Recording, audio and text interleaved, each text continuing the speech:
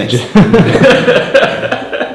We're interviewing Kickin Chicken today for episode number 4. How you doing, guys? Fantastic. Not too bad. I feel like you guys just been interviewed here recently by somebody. Recent background.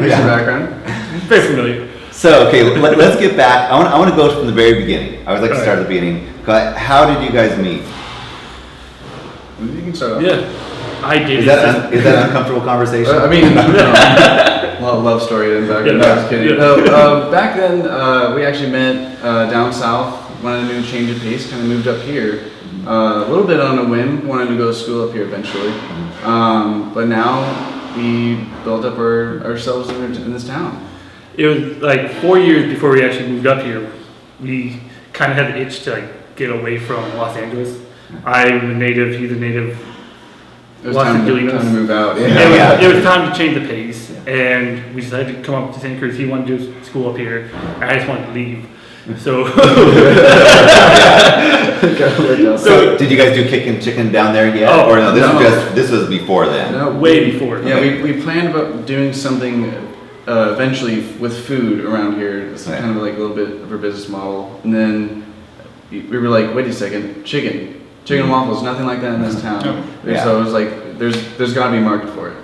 So then he's the master of the chicken over there. He and you were just like making it in your house with your friends, right? Oh yeah. Yeah, that's how it started. Yeah. Out of our house. Our whole house smelled like fried chicken for 6 months, and we just slanged everything out there. Like we joke around how we became like a late night drug dealer of chicken because we never marketed anything. Yeah, and our downstairs neighbor was just smelling it like. Would order from us. us. What is that from? Yeah. Since you guys are from Los Angeles, you guys been to Tommy's Yes, Burgers? Of course. Talk about like something that smells forever. It's like it's in your hands for like 2 days. It stains your hands too. Exactly. Do you know they make breakfast? You don't need that to start off. Yeah, It's a bad thing to start. Yeah. Chili. Yeah. I like that. Okay, so you guys you move here, you start making chicken, you're going to school. When does the point come around where you're like, wait a minute, we shouldn't make a business of this? Edible Monterey. Oh, really? Edible Monterey, because that was the tipping point where an article was coming out on us. It was either two things we did. Either we get busted for running everything out of the house, or we actually decided to like turn the thing into a legitimate operation. Okay. And when we picked up the article here, we were able to meet the lady at the food lounge, Kat, Andre, and Sally, and they showed us the space and we were like interested. And while we were actually on vacation for his birthday, we get the email saying we were accepted to be tenants here. And from then on, it's just been a learning experience. It's been snowballing, pretty much from that point. Yeah. So why do you think that is? I mean, it starts off with good food, of course. But is it because of the community? Is it because of the contacts you made? I mean, how do you think? Because I feel like you guys are very well known now because of the press and other things, Edible Monterey and other things. What do you think has been the key to that happening? That's a softball question. I mean, a little bit of advertising, Facebook, and everything like that goes a long way. Yeah. Being in the newspaper is very helpful. Being in the Sentinel helped us a lot. And then actually, it's all word of mouth. That's all really how it started. So, I think you guys had a story. I mean, for one, the name is awesome, Kickin Chicken. You guys have a story because of who you guys are. But you guys started with, what was it, like 10 to 2 o'clock or something? Yeah, 10 to 2 in the morning. That was probably a bad idea. People still... It's not a bad idea, though, because that's what... Yeah, it is true. We started the late night. But so what was that? Like, you would really deliver waffles and chicken at 10 to 4 I would take 2. I would take it out of my house, go straight in my car, blast my heater, hopefully it'd be hot enough to get there, and then, like, we weren't prepared for this at all. You come to somebody's house sweating. They'll still tip me out, maybe. So you were actually getting orders. I mean, you're getting orders at... Yeah. We were watching at least minimum 10% growth every month. New people found out about us, and every time we talked to someone, they'd be like, wait, what do you do? Yeah. Till when? Where is this place? When you sleep? Yeah. Oh yeah, that was this, like, we work out a catering kitchen off 41st. You never go to 41st, you'll never know there's not a catering kitchen there that we don't work out of. So you guys must have, because you guys had jobs as well, Yes. right? Yes, I still do, actually. Okay. I gotta go right now. Nice seeing you. Talk to you soon. Wait, where are you going? Oh, to the Reef. I gotta go bartend. Your bartend. Yes. See ya. I'll see you later, guys. So we're going to continue the interview with Justin now. Okay, so that was 2015, and it really was. I feel like it was the year of you guys. Everybody knew about you in 2015, but what next? Like, what's 2016 look like for you guys? After we spent 2015 actually learning how much Santa Cruz really supports small business, it kind of like built fire on us, and we took 2015 as like our evolution year. And so this year is just really the next stage of Kickin Chicken, the evolution of the chicken, and us moving from being a small little incubator to actually moving towards an actual storefront, hopefully by the end of the year.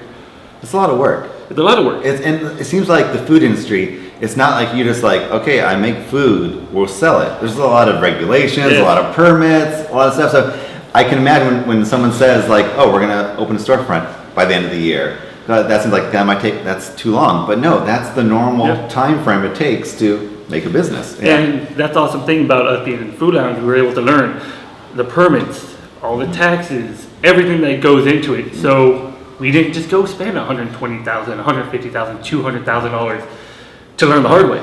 We took things slow. We started out of our house. We moved to the next bigger spot. Now we're going to move to the next stage and take things gradually. So there's no ifs, ands, or buts. We just know the path that we're on. I think that's what's cool about the food lounge in your community. There's a lot of young foodie kind of people that are in here that are like, they're excited, they're passionate about what they do, their niche in the food industry. But there's a lot of regulations, things you learn, and this is kind of like the incubator. This is where you learn about how to do it. So that's 2016, and I'm gonna throw I didn't know any of these questions I didn't say I was gonna ask you tonight, but what's like the long-term Justin goal? Like, what can you see yourself in like 5-10 years? I really can't say. Between Danny and I, we started the business with no money, and we're sticking with it. And we're going to stick with it as long as it's fun for us. We're going to see either it's going to succeed, and we're going to possibly make a few chains out of it, or we're going to watch it burn to the ground. Yeah. And we're like, that was fun. Let's move on to our next. You're young enough. Yeah. But I think this is going to work. Okay, so let me ask you the last question, and this is you're going to have to put your thinking cap on, but I bet it'll come easy. So what are some of your favorite places to eat in Santa Cruz besides Kickin Chicken? If you were going to go out for, a pop-up, a breakfast, anything, what are some things that come to your mind? What are some of your favorite places? The funny part is a lot of them are actually from under this roof. Okay. And that's mostly because I've built relations with a lot of the chefs that are under here. I do love West End. I do love Discretion's Tap Kitchen. I love Malabar. I love Aptos Barbecue. There's actually a bunch of places I really do enjoy. So do you think there's actually a food scene here then? It's really starting to come up. Like, I was shocked from the time I came to now.